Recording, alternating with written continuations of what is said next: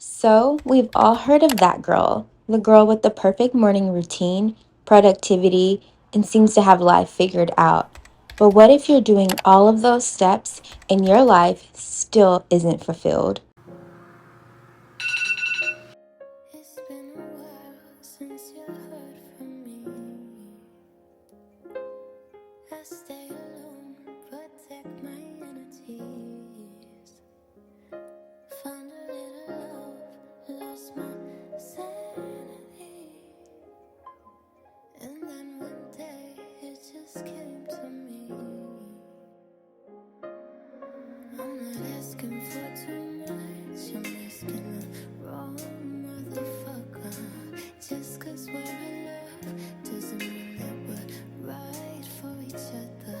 Can't keep making a home out of you just cause you're asking me to. I'm not asking for too much. Here's to good people, good nights, good highs, good health, some tears, some stress, but I count Come my on. blessings. Here's to good music, great sex, little time to feel alive, little time to get it right. Back to another place and time where I give myself the chance to find what it is that I like. I'm just trying to grow, keep an open mind. Go ahead, do your thing, take your time. Tell me what it is that you find. Not asking for too much, I'm asking the wrong motherfucker. So here's to good people, good nights, good highs, good health, some tears, some stress, but I count my blessings. Here's to The thing about the That Girl routine, whenever it came out, it was good for what it was at that time. The whole point of the routine was to get people to realize they aren't living up to their full potential and create habits for them to become a better version from themselves. But us as grown women, we're no longer girls. We're way past that title. We don't just want to be a better version, we want to be the best version of ourselves. So whenever you think about it in the grand scheme of things, that girl routine was very superficial and very surface level. Like, yes, going to get a coffee is aesthetically pleasing and it's cute, but what is that doing to benefit and push you towards your best version of yourself and the dream life that you want to create? I feel we're about to get a little woo-woo, and I'm going to try to keep it as short as possible, but I feel like the reason why a lot of us, whenever we start these journeys and we don't stick to them, is because we haven't done the inner work that we need to do for us to even get to that level. I'm going to give you some things to think about. They can be journaling prompts, they can be just something to keep on your mind whenever you're thinking about it, to help you to realize the areas where you're lacking and what you need to work on so we can get to the best version of ourselves. The first prompt that I want you to do is, whenever you're thinking about the best version of yourself, like whenever you think about the future, like the person I'm going to be whenever I get to X, Y, and Z, what is that person? Who is that person? What is she doing? What are they doing? What kind of job or career do they have? Are they in a relationship? What kind of relationships do they have? How do they dress? What do they eat? Where do they live? What kind of house or apartment or whatever? What kind of car do they drive? What are their hobbies? What does the day in a life look like for them? I want you to get very specific down to like what you're wearing, what kind of accessories you're wearing, how do you wear your nails, how do you wear your hair. Get very specific. A lot of the times whenever we say about this future thing, it's very vague. We don't even know like who it is that we're trying to be. We just know that we want more for ourselves. But I want you to get very specific on who it is in the life that you're trying to live, like the hobbies, relationships that you have. Are you spiritual? Are you religious? Like, how are you formulating those relationships? How are you cultivating and curating the life that you want? The second thing that I want you to think about is, I've said it in my last video, and I think it's something that a lot of women, especially if you're 30 plus and you've never been married or you're not currently married, we spend a lot of time emphasizing and putting a lot of time and effort into relationships, potential relationships, and future relationships, that we halt our own dreams and our own aspirations, and we're not even thinking about like what we actually want for ourselves.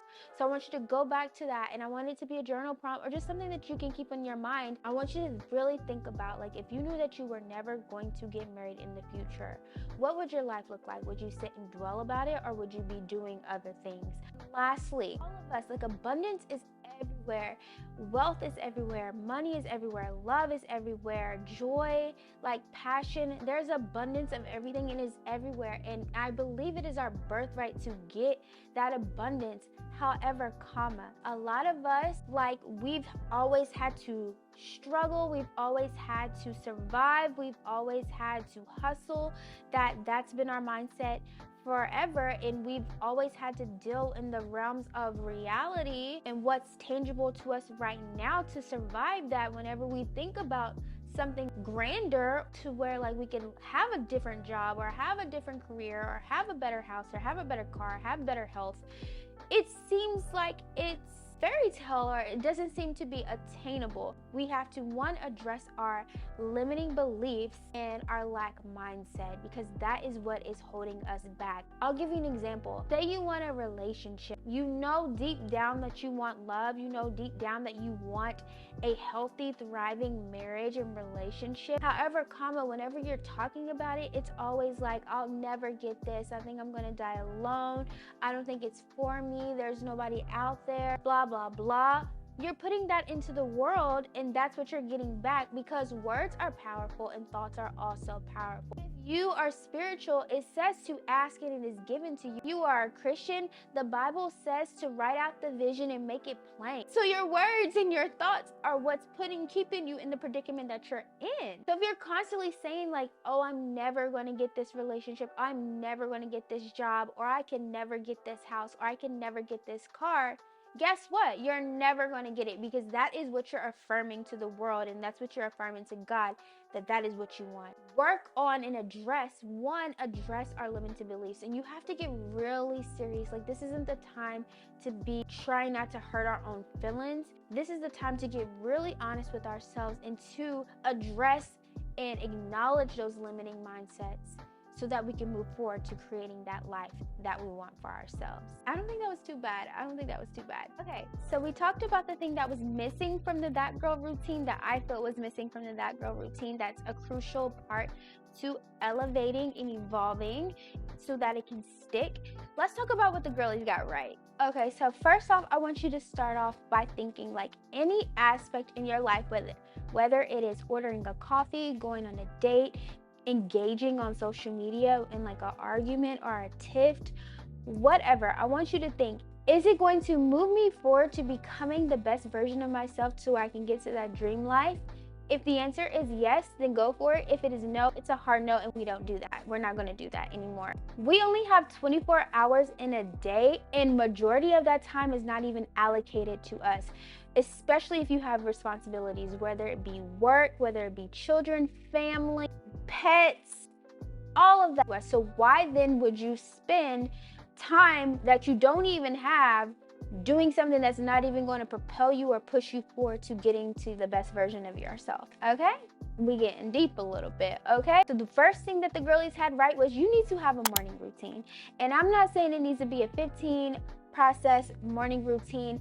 At the bare minimum, you need to have a bedtime set, like a certain time that you are going to bed, and then you need to have an alarm clock set in the morning to where you are getting up around the same time, because morning routines create structure, and structure creates discipline, and discipline is needed for you to make a lifestyle change, because that is what we are initially doing, is creating a lifestyle change. So I want you to rethink the way that you do your to-do list. Instead of writing out this long drawn out to-do list and it's not really productive, I've been using I'm not saying that you have to do this, but this is something that you can think about. I've been using the productivity method by Grace Beverly, and she breaks it up into 3 sections. She has a quick takes section where it is less than 5 minutes to 10 minutes is a task section, and then you have your projects, which is 30 minutes or plus. Every night I will sit down and I will write out what I need to do for that day. If it's something quick, like, oh, throw a load of laundry into the washer, that it can be a quick take. A task like 5 to 10 is gonna be like checking my email, seeing if I need to reply to anybody.